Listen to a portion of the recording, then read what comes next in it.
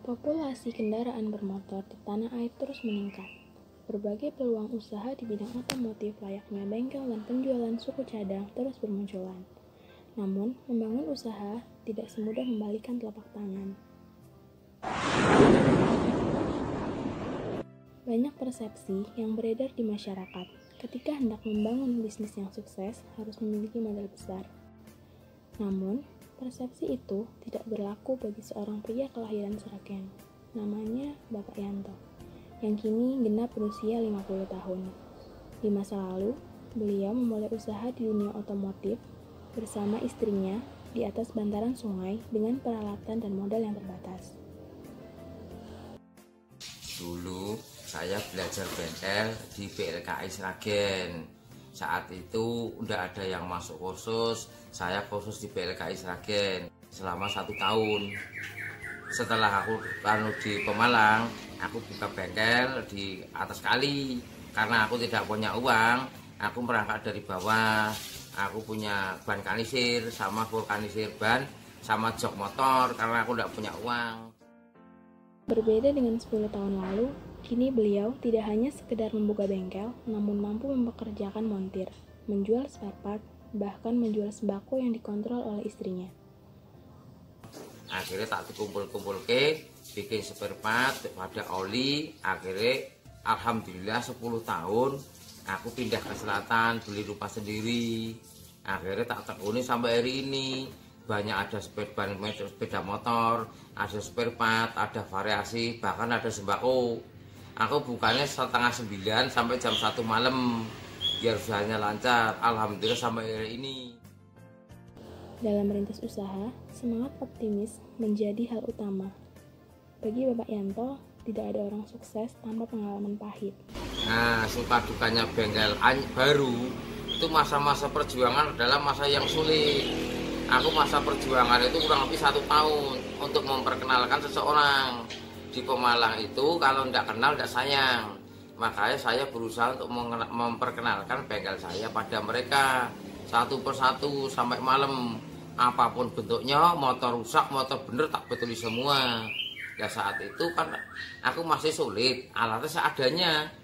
Ya tidak ada pompa kompresor, tidak ada, aku punya pompa tangan.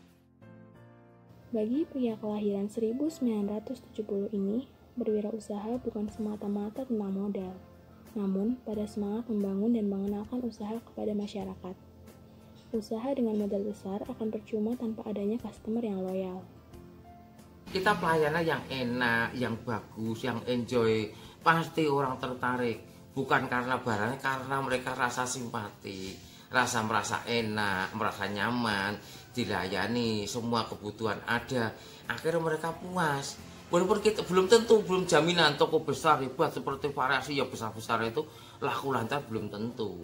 Tinggal kita pelayanan mereka biar konsumen itu merasa lancar, nikmat, nyaman, puas. Yang penting itu adalah kepuasan mereka adalah untuk keutamaan saya.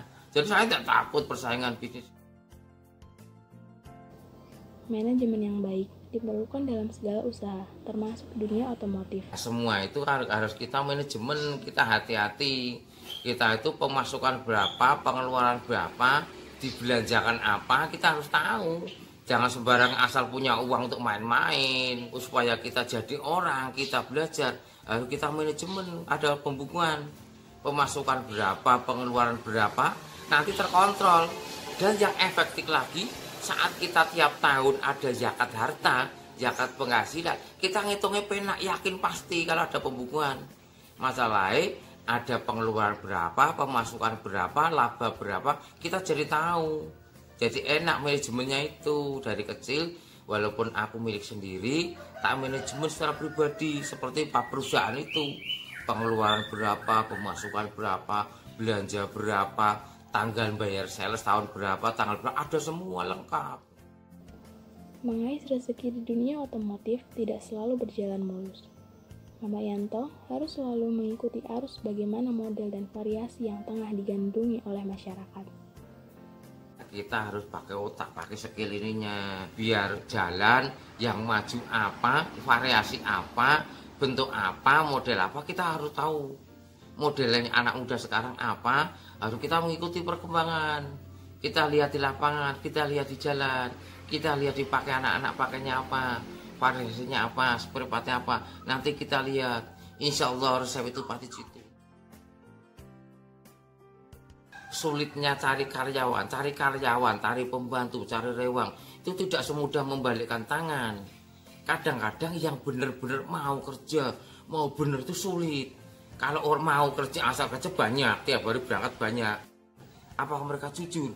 Yang sulit itu jujur. Kadang-kadang di toko ini tidak ada, keluar belinya harganya dimahalin, dibati sendiri, dibuat main-main. Itu susahnya. Tapi pasti ada karyawan yang benar, ada yang baik, pasti ada. Tapi semua toko, semua bengkel pasti ngalami kesulitan mencari mekanik, cari rewang, cari teman, cari pembantu. Kesulitannya itu, adakah mereka yang kerja memang benar-benar niat kerja, niat tulus, niat benar. Ada yang tidak benar, niat asal berangkat, asal kerja ada. Tapi insya Allah selama kita berusaha, kita mendidik mereka, menyadarkan mereka, dapat karyawan yang benar, rewang yang benar, pembantu yang benar. Cuma kita harus sabar. Namanya orang banyak itu mempunyai hati dan perasaan sendiri-sendiri, punya sifat sendiri-sendiri.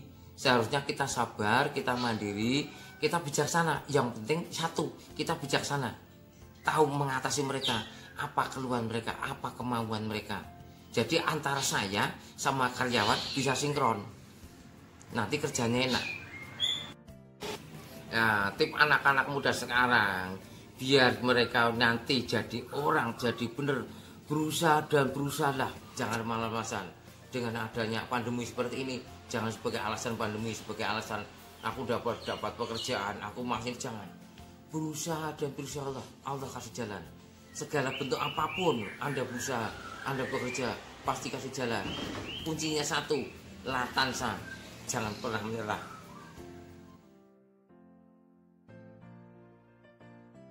Cerita pengalaman asam garam Bapak Yanto dalam dunia otomotif ini menjadi pembelajaran berharga bagi beliau. Sekiranya kisah beliau ini mungkin dapat menginspirasi pemuda-pemudi yang hendak merintis usaha karena keterbatasan modal, bukan halangan. Optimis dan jangan menyerah menjadi sebuah kunci kesuksesan.